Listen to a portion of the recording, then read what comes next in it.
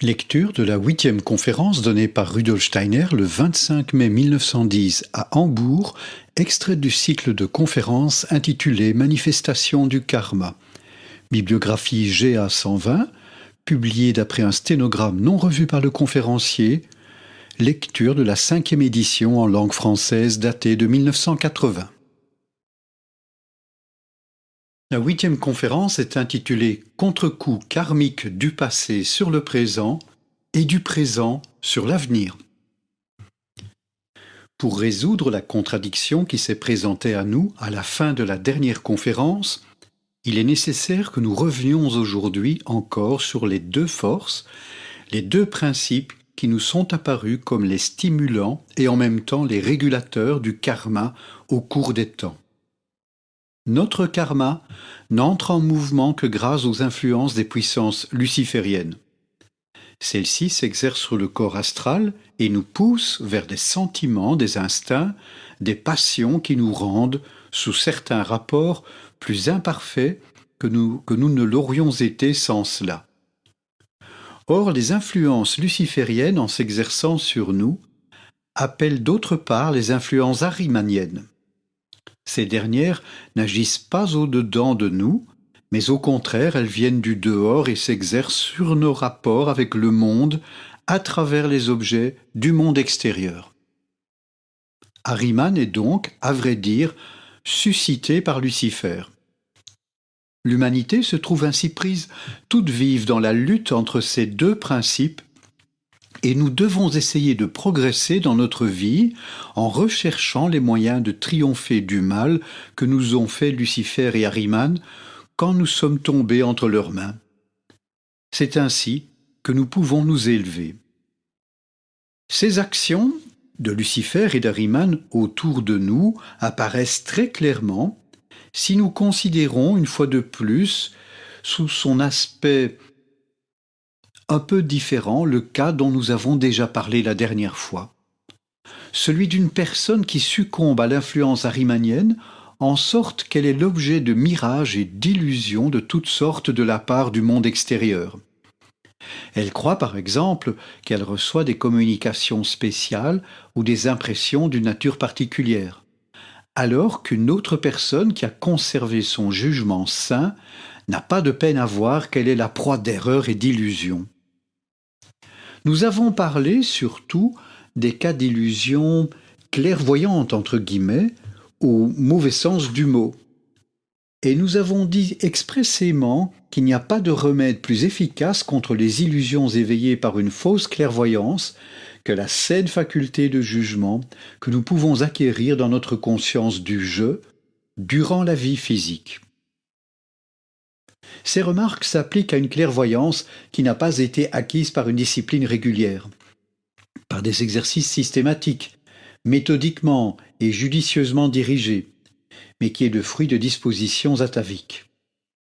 On constate toujours que cette fausse clairvoyance décroît ou même disparaît quand ceux qui en sont doués trouvent la force de s'adonner, par exemple, à des études anthroposophiques sérieuses, ou même de suivre une véritable discipline raisonnable et normale.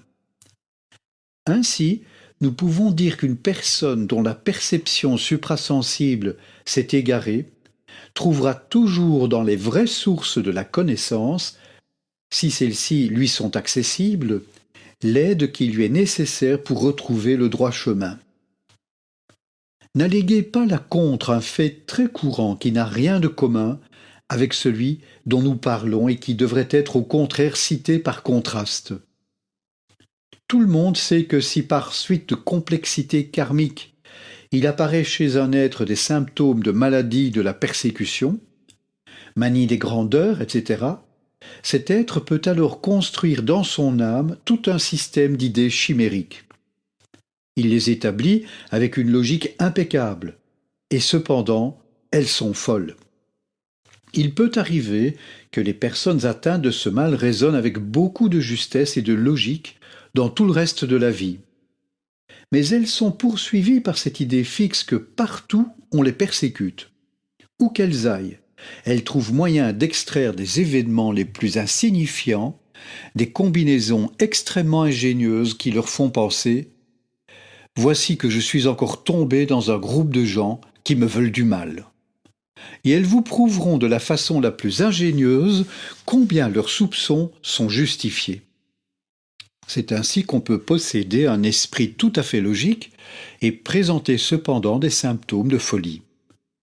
Il est absolument impossible de convaincre ces personnes par des raisonnements.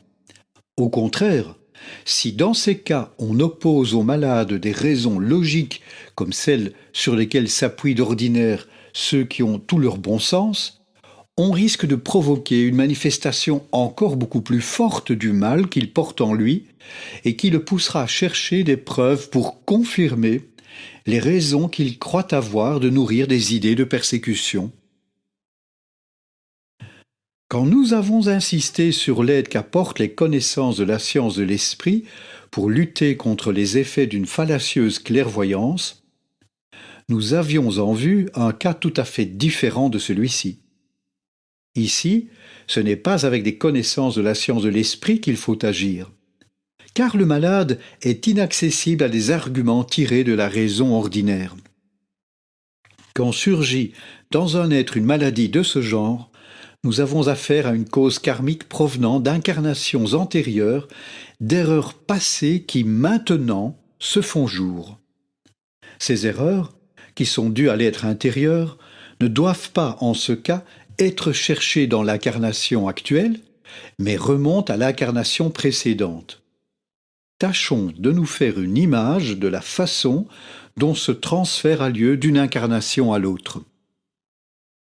Pour cela, il faut envisager la façon dont s'accomplit l'évolution de notre âme. Notre nature extérieure se compose du corps physique, du corps éthérique et du corps astral. Ensuite, au cours des temps, nous avons édifié par le travail du je, dans ces enveloppes, l'âme sensible dans le corps astral ou corps sensible, l'âme d'entendement dans le corps éthérique, l'âme consciente dans le corps physique. Les trois parties de l'âme que nous avons développées intérieurement, nous les avons ainsi incorporées à ces trois enveloppes et elles y vivent. Supposons maintenant que durant une incarnation, nous nous laissions séduire par Lucifer, autrement dit, que nous développions en nous-mêmes des passions, des instincts, des égoïsmes, qui lui soient imputables. Notre âme se charge ainsi de fautes. Or, celles-ci peuvent affecter spécialement l'âme sensible, l'âme d'entendement ou l'âme consciente.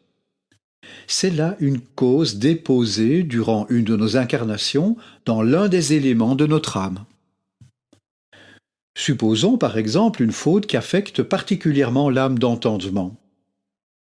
Pendant le temps entre la mort et une nouvelle naissance, l'âme se métamorphose et déteint sur le corps éthérique. Le travail par lequel cette erreur descend dans le corps éthérique a lieu durant le temps qui s'écoule entre la mort et une nouvelle naissance. À l'incarnation suivante, nous rencontrons donc dans le corps éthérique une conséquence qu'il faut ramener à une cause produite dans l'âme d'entendement lors d'une vie antérieure. Mais l'âme d'entendement, dans la nouvelle incarnation, travaille de nouveau pour elle-même. Elle est indépendante. L'erreur qui a été commise autrefois, c'est maintenant le corps éthérique qui la porte. Elle s'est donc enracinée plus profondément jusque dans le corps éthérique.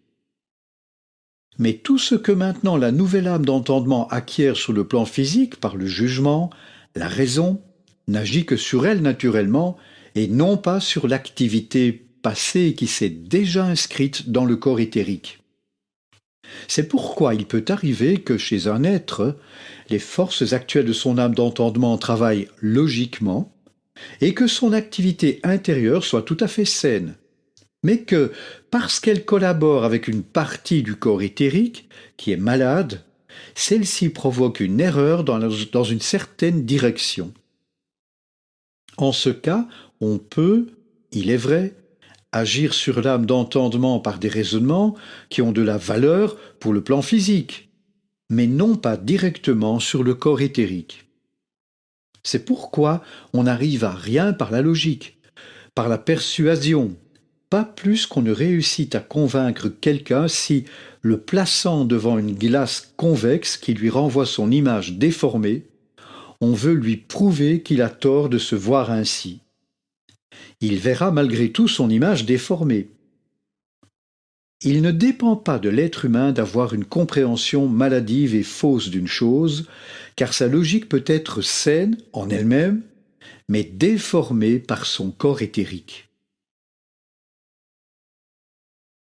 C'est de cette façon que nous portons dans notre organisme profond l'effet karmique d'incarnations antérieures.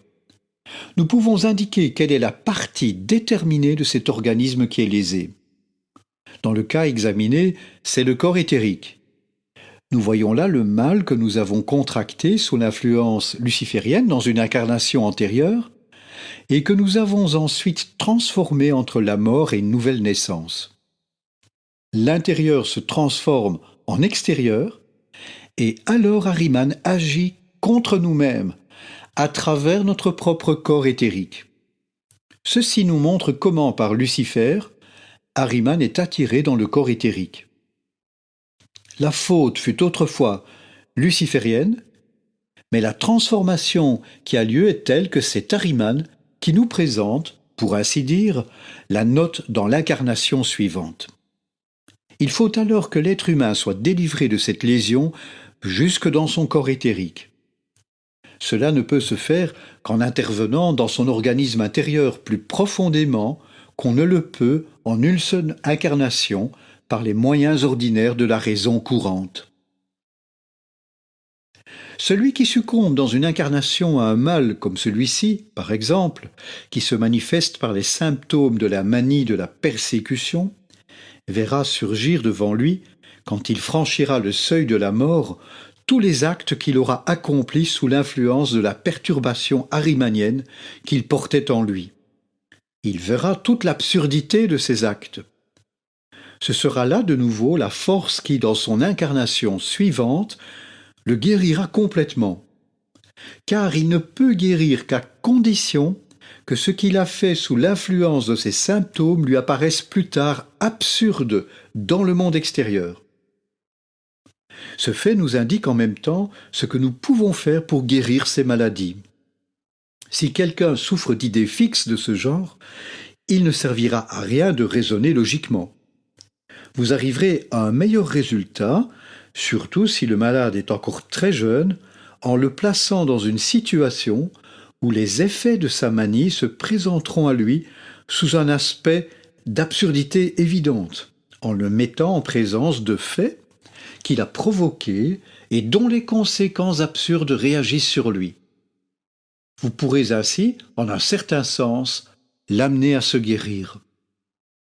Vous pourrez également avoir un bon effet sur le malade si vous êtes vous-même en possession des vérités occultes au point que celles-ci sont devenues partie intégrante de votre âme.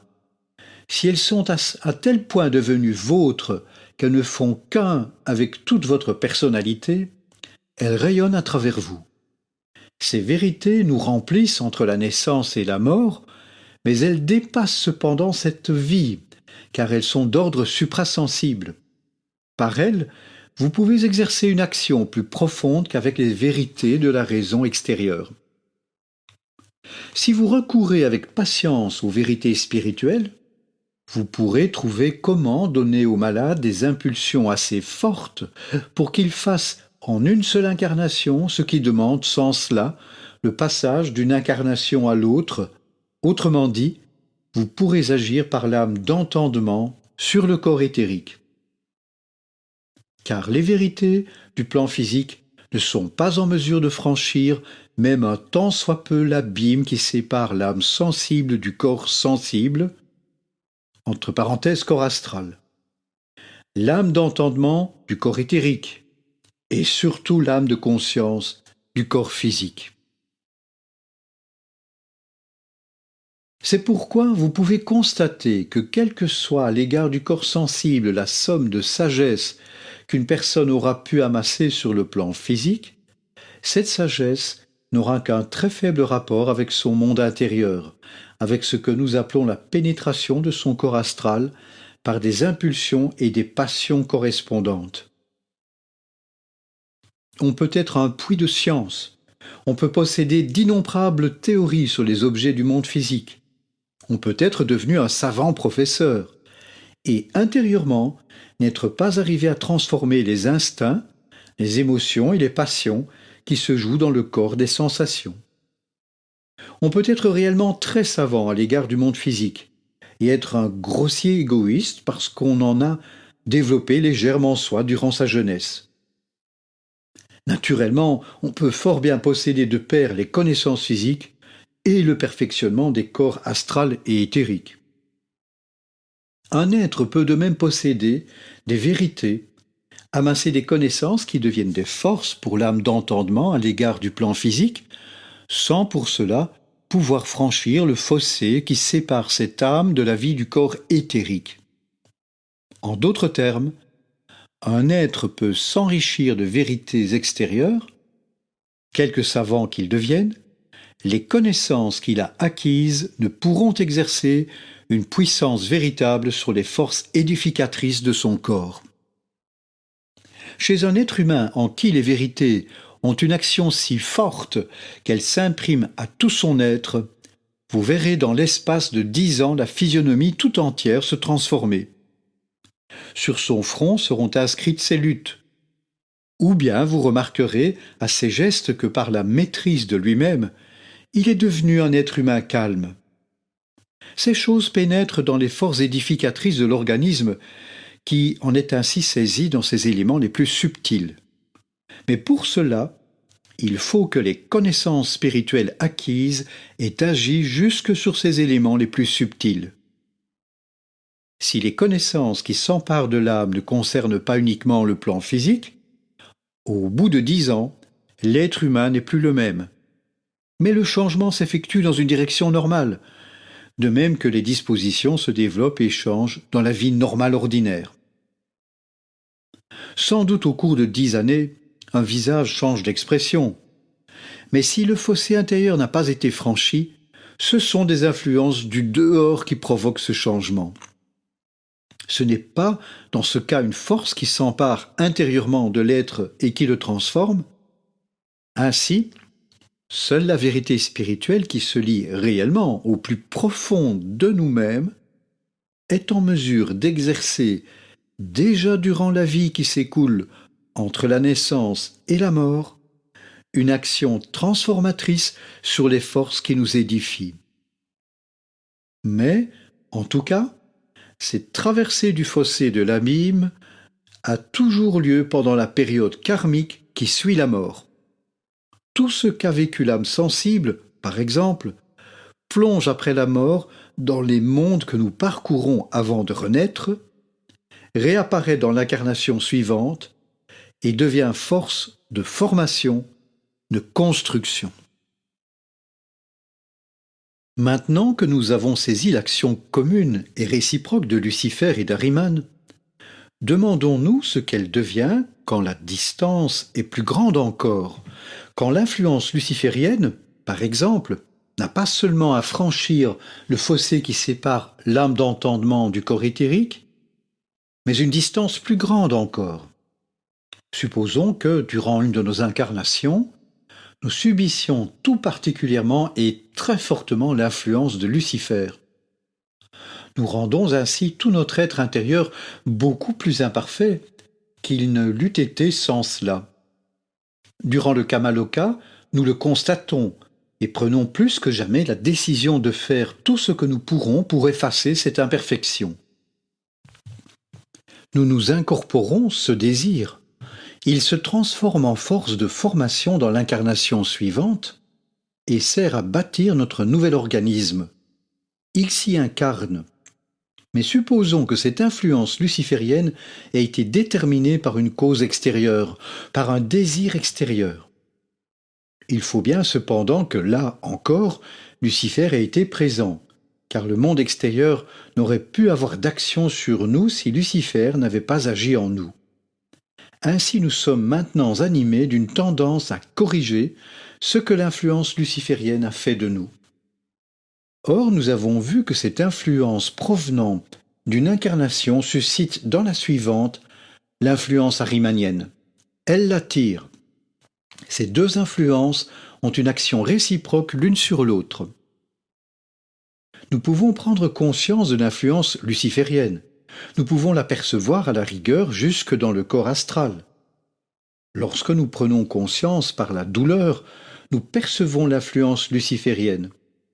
Mais nous ne pouvons pas descendre jusqu'à la conscience de notre corps éthérique et de notre corps physique.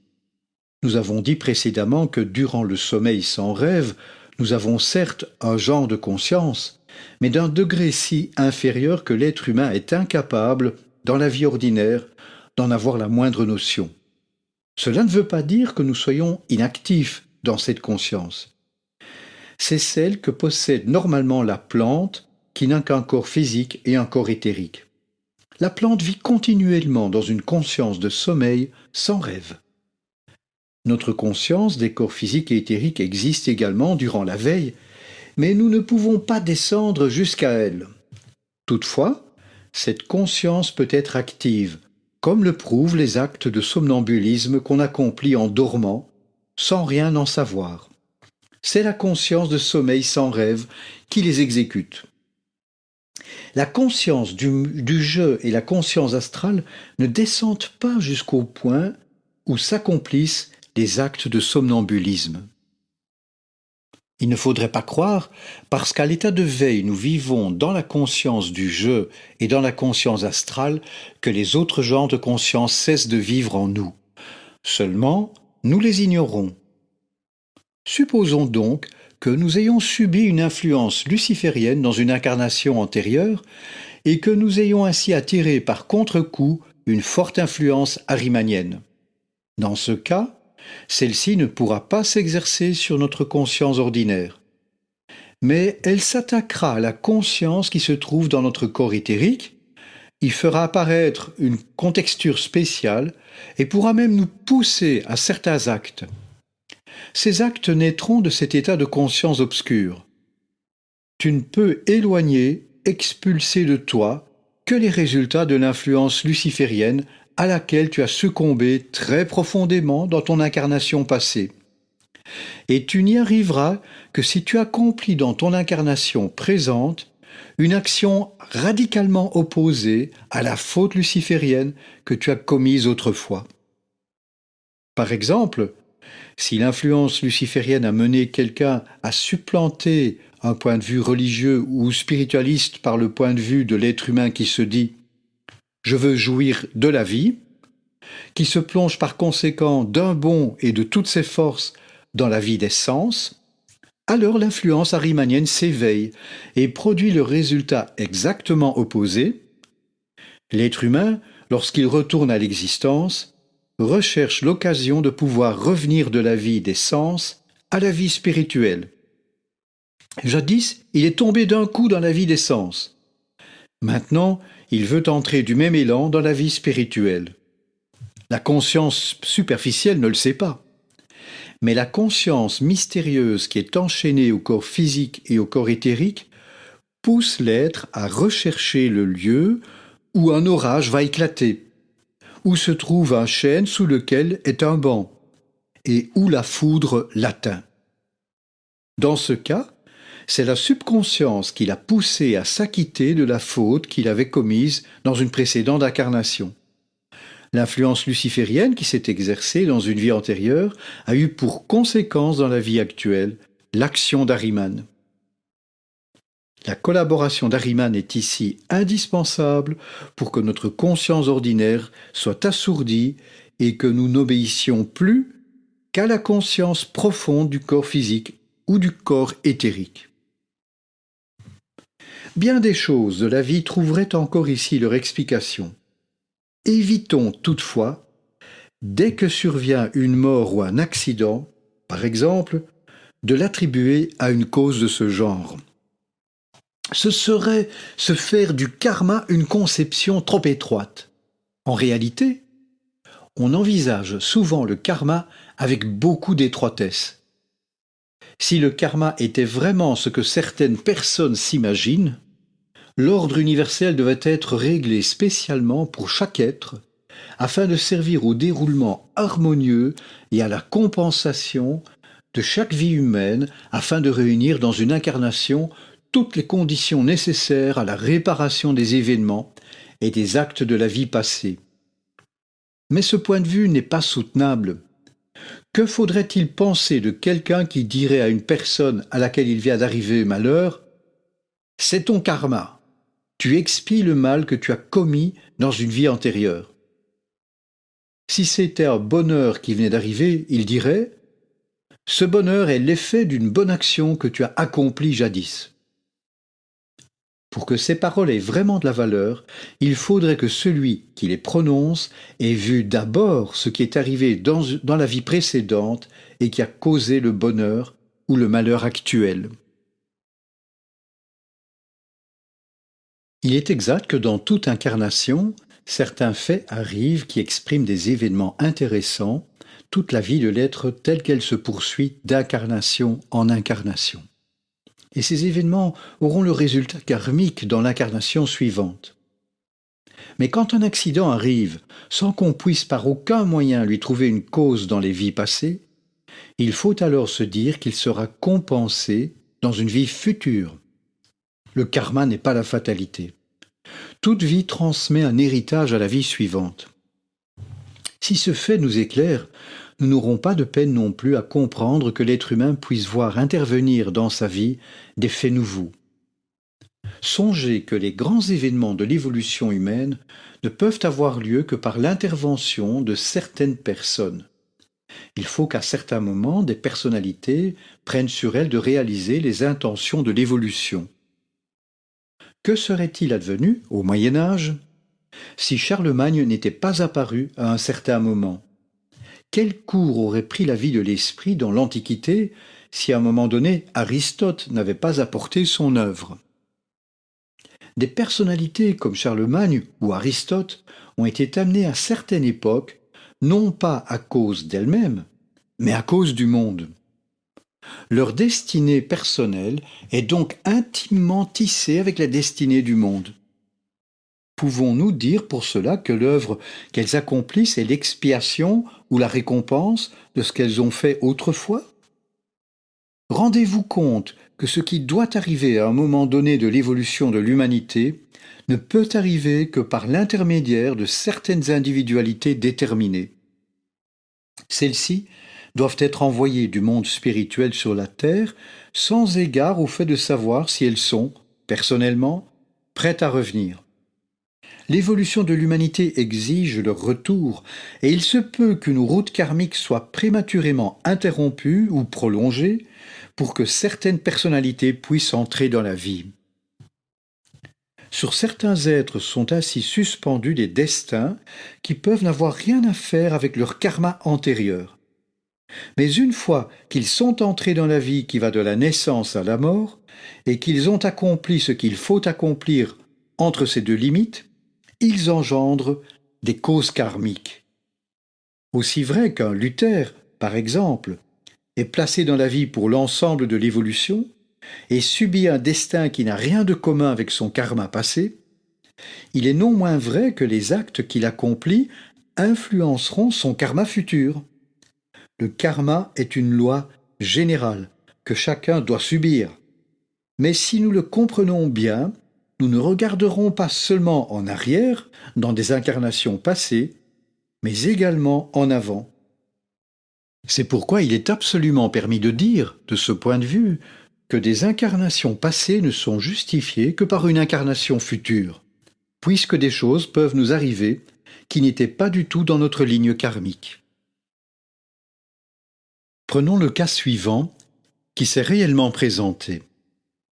Un certain nombre d'êtres ont trouvé la mort dans une catastrophe naturelle. Ce n'est pas nécessairement leur karma qui a voulu qu'ils trouvassent la mort tous ensemble. Ce serait une explication trop facile. La cause n'en est pas forcément dans des fautes de la vie précédente.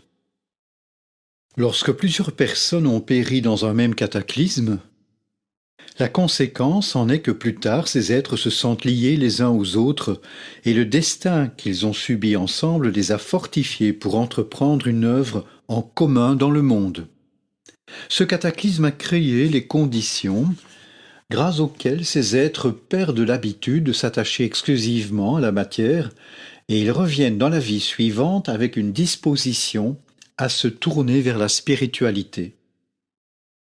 Que s'est-il passé dans ce cas ?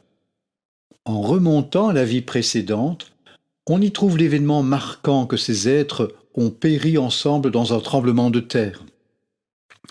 La vanité de la matière est apparue à leur âme et une tendance à se tourner vers la spiritualité s'est alors développée en eux.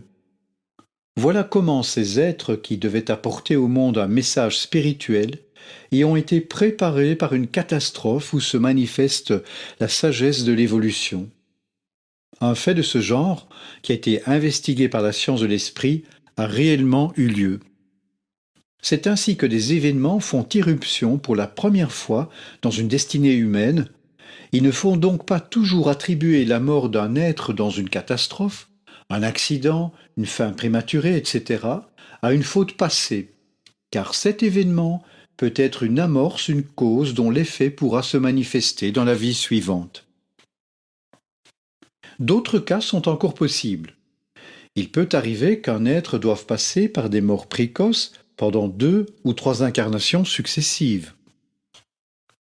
Il peut se produire qu'une individualité soit appelée à donner au monde pendant 3 incarnations certains dons qu'elle ne peut faire qu'en étant en possession des forces qui se manifestent dans un corps qui s'édifie.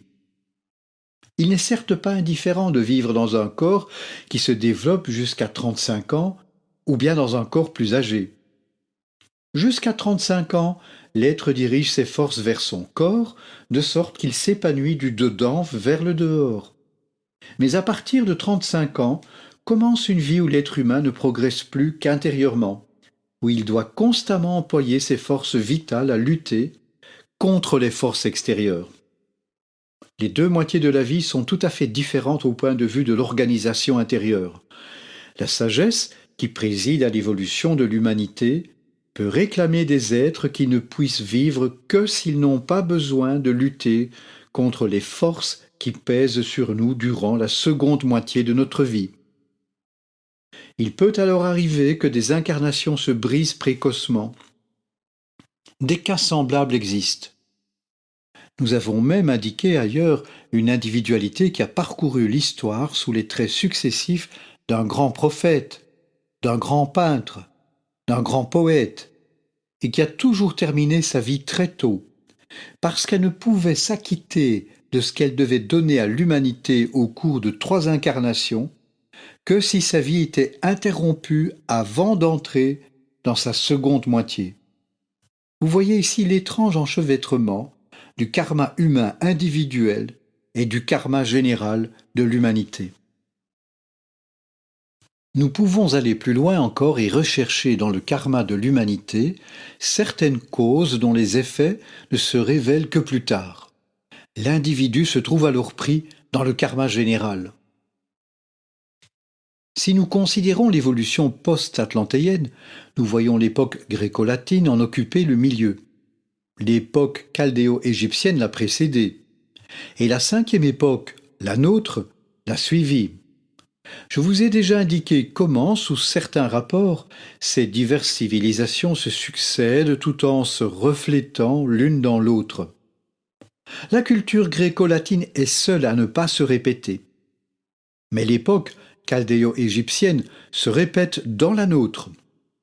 Au cours de ces conférences, j'ai fait remarquer que l'individualité de Kepler, qui a vécu dans notre civilisation actuelle, avait déjà vécu autrefois dans un corps égyptien, et qu'il avait pu, à ce temps-là, sous la direction de prêtres sages, élever son regard vers la voûte céleste, de sorte que les mystères des étoiles se révélaient à lui comme d'en haut.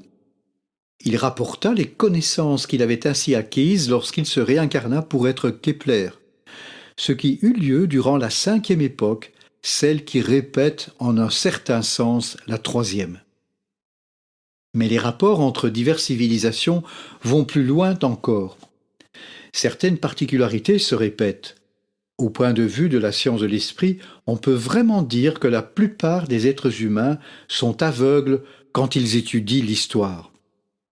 On peut suivre jusque dans le détail ces concordances, ces répétitions, cette vie cyclique. Si l'on prend un certain moment de l'évolution de l'humanité, celui qui tombe environ en l'an 747 avant Jésus-Christ, constitue une sorte d'hypomoclion, une sorte de point zéro, et les faits qui se trouvent avant et après ce moment se répondent d'une façon toute particulière. Nous pouvons remonter à une époque de l'évolution égyptienne et retrouver là certaines ordonnances rituelles qui apparaissent comme étant commandées par les dieux. Et c'était bien le cas. Ces ordonnances concernaient par exemple certaines ablutions déterminées que l'Égyptien devait accomplir journellement. Elles étaient réglées par des usages et des prescriptions rituelles. L'Égyptien croyait qu'il ne pouvait vivre selon la volonté des dieux que s'il accomplissait, à tel jour fixe, un nombre précis d'ablutions. C'était une prescription divine qui s'appliquait à des mesures de propreté. Et si, après avoir traversé une époque où la propreté fut moins respectée, nous voyons de nouveau, de nos jours, les règles d'hygiène que l'on donne actuellement aux êtres humains d'après des raisonnements matérialistes, c'est que nous assistons à la répétition très exacte d'un état de choses institué en Égypte et qui disparut à une certaine époque. Le passé se résout ainsi d'une façon remarquable dans le karma général. Seul le caractère d'ensemble change toujours. Durant son incarnation égyptienne, Kepler avait tourné son regard vers le ciel étoilé et avait exprimé ce qu'il découvrait alors dans les grandes vérités spirituelles de l'astrologie égyptienne. Lorsqu'il se réincarna, à une époque où devait apparaître le matérialisme, la même individualité exprima les mêmes faits, mais conformément à notre époque, et ce furent les 3 lois de Kepler. Dans l'ancienne Égypte, les lois de la propreté étaient de révélation divine. L'Égyptien croyait qu'il ne pouvait remplir ses devoirs envers l'humanité qu'en veillant à sa propreté avec un soin minutieux en toute occasion. Cette préoccupation reparaît aujourd'hui, seulement sous l'influence d'une mentalité tout à fait matérialiste. L'être humain actuel ne se dit plus qu'il sert les dieux en obéissant à ses prescriptions, mais qu'il se sert lui-même. Cependant, les mêmes choses reparaissent. Ainsi, tout s'accomplit dans le monde de façon cyclique. Et vous devez pressentir maintenant que les faits que nous avons rapprochés la dernière fois et qui ont alors paru se contredire ne sont pas tout à fait ce qu'on pourrait les supposer. Si, à une certaine époque, les êtres humains n'ont pas été en état de prendre des mesures contre les épidémies, c'est que cela ne leur était pas possible, parce qu'en ce temps-là, selon le plan sagement établi de l'univers, les épidémies devaient donner aux êtres humains l'occasion de contrebalancer certaines influences arimaniennes et ce qu'avaient causé certaines influences lucifériennes antérieures. Si les conditions ont aujourd'hui changé, cela dépend de même de grandes lois karmiques. Nous pouvons conclure de là que nous n'avons pas le droit de répondre à ces questions par des théories générales. Voyons maintenant comment se résout la contradiction apparente que voici. Si l'être humain recherche l'occasion de succomber à une épidémie, à une contagion, c'est l'effet de la réaction nécessaire d'une ancienne cause karmique. Avons-nous le droit de la combattre par des mesures d'hygiène ? La question est grave, et nous devons commencer par réunir les matériaux nécessaires pour y répondre. Il faut que nous comprenions que là où, soit simultanément, soit au cours d'époques plus longues, le principe luciférien et le principe arimanien agissent l'un sur l'autre, l'un contre l'autre, certaines complications se manifestent dans la vie humaine. Celles-ci apparaissent sous les formes les plus diverses, selon les cas. en sorte que nous ne voyons jamais deux cas identiques. Mais si nous nous proposons d'étudier la vie humaine, voici comment nous nous y prendrons. Si dans un cas particulier nous recherchons la double action de Lucifer et d'Ahriman, nous pourrons toujours retrouver partout un fil conducteur qui nous permettra de démêler ce rapport. Mais ce faisant, il importe que nous distinguions nettement entre l'être humain extérieur et l'être humain intérieur. Aujourd'hui déjà, il nous a fallu distinguer nettement entre ce qui se passe dans l'âme d'entendement et ce qui est le résultat de son action sur le corps éthérique. Nous ne devons pas perdre de vue la continuité du karma, mais bien nous rendre compte qu'il est toujours possible d'exercer sur la nature intérieure certaines influences karmiques, de façon à préparer par elles d'autres compensations à venir. Un être peut avoir passé dans une incarnation antérieure par des sentiments ou des sensations qui ont développé en lui un manque d'amour envers son prochain. Représentons-nous qu'il ait fait certaines expériences qui aient eu pour effet karmique de le porter ainsi à un manque d'amour. Il peut réellement arriver que nous suivions pendant un temps une ligne descendante et que nous engendrions continuellement du mal. Nous tombons d'abord afin de développer la tendance contraire qui nous fera remonter ensuite. Supposons donc qu'en s'abandonnant à certaines influences, un être soit tombé dans un manque d'amour. L'effet karmique se fait jour dans une incarnation suivante et construit son organisme en conséquence. Cet être humain peut prendre des mesures pour débarrasser son organisme des troubles dus au manque d'amour, réagir contre leur effet extérieur. Il ne le détruira pas complètement, ainsi dans l'âme, seul l'organe extérieur sera supprimé. S'il en reste là, il n'aura accompli qu'un demi-travail, peut-être même aucun. N'ayant plus l'expression physique de ce manque d'amour dans son corps, il ne pourra plus l'exprimer au dehors et sera contraint de le garder dans sa nature intérieure pour une autre incarnation.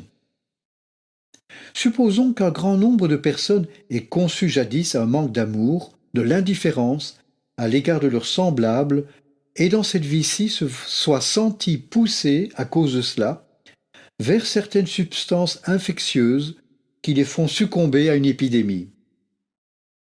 S'il est possible de se préserver de cette épidémie, on le fera sans le moindre doute.